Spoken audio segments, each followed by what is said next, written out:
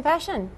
What's that? I think I may be one of the few people who still actually buys hard copy and Join paperback the books. club. Join the club. I love Okay, I'm turning glad the I'm not pages. alone. You know? Yeah. I haven't reached the tablet thing yet, but we're no doubt in a new era for reading on your Kindle, your iPad, your smartphone.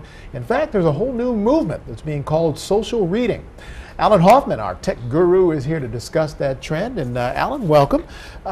This is something, I guess, that's taking the reading audience by storm. It is. A lot of people have e-readers now, whether it's on their phone, their tablet, their Kindle, and now these are connected to the internet. So that means that the communication doesn't just happen after the book is read in a book group or something. As people are reading books, they are now communicating about what is in the book, what they think of the book. So it's like interactive social reading?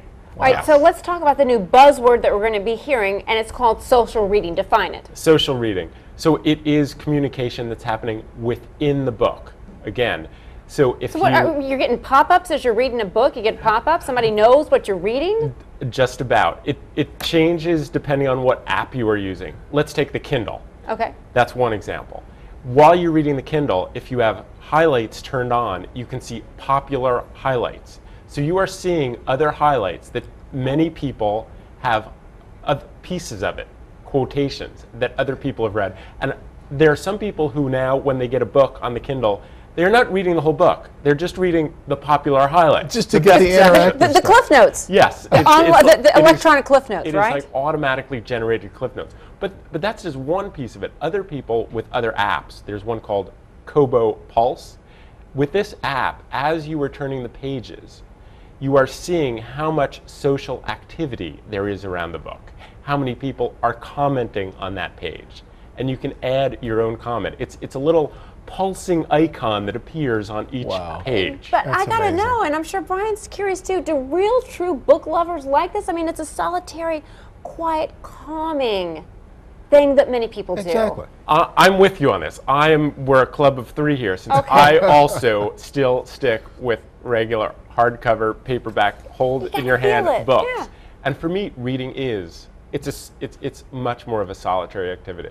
But you know, there are people out there who they have these devices and they want to communicate as they are reading, sharing their thoughts, and some of them are, you know, they are still engaged in immersing themselves in the book, but they're still communicating as they're doing it. Right. There's this whole psychobabble that's developed around the whole e-device and the social media networking as this need for humans to interact with each other, and that's probably a whole nother story.